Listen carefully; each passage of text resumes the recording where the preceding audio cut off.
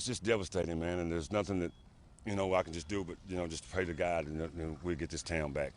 Severe weather across the Midwest leaves homes and businesses in ruins. Search and rescue teams are still digging through the rubble looking for survivors. This comes after devastating tornadoes touched down across at least 6 states Friday night.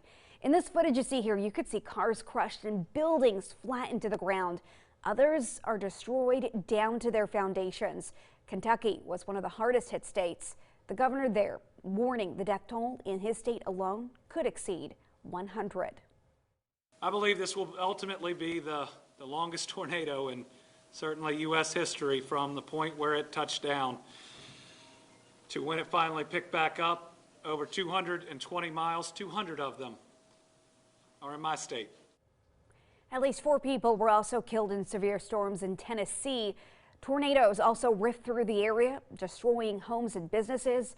And in Arkansas, satellite images reveal the extent of the destruction, where at least 2 people have been confirmed dead. Victims are still trying to understand what comes next, while also recovering from the trauma of the storms.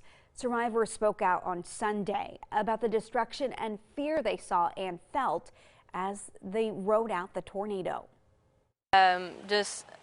Like metal from people's houses just wrapped around trees, like coloring on a candy cane. It was crazy. That was one thing that it just blew my mind. I didn't think it would be like that. I thought the house was I thought it was gonna take off. I thought it was gonna lift up off of me. I thought I was gonna die. That's what I really thought. I was just down there praying, just praying my heart out. Now, one of the hardest hit places is Mayfield, Kentucky. Now, this video shows a candle factory before the storm. Now, these satellite images show these tornadoes ripped through the town there. You can see it's absolutely demolished. More than 100 workers were still there overnight to meet Christmas time demand when the storms touched down. As of this morning, 8 people are still unaccounted for. The deadly tornado also has workers raising concerns about Amazon's ban on cell phones in work areas. For years, Amazon didn't allow workers to have cell phones in warehouses. Instead, they had to be left in cars or stored in lockers. But after Friday's tornadoes, workers at an Amazon warehouse in Illinois say they want permanent access to their phones. They say this would give them emergency weather updates and let them communicate with first responders if necessary. Amazon declined to comment. Meantime, President Joe Biden pledges the full support of the federal government to those impacted by the deadly tornadoes. He's already approved an emergency declaration for Kentucky. He says he can do the same for other states if needed. Jill and I pray, and I sincerely mean this, pray for those who've lost loved ones and for those who are uncertain of the fate of their loved ones. The federal government will do everything it can possibly do to help. Now, President Biden says he plans to visit Kentucky, but does not want to be a burden on first responders already dealing with so much. Instead, Homeland Security and FEMA leaders are already on the ground helping with the damage.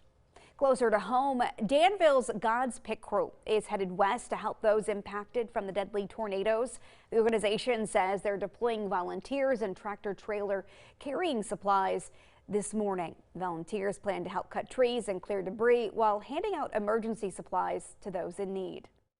It takes a village to make a big difference in people. So when our neighbors, whether they're in another state or next door to us, are hurting, why would we not want to help them?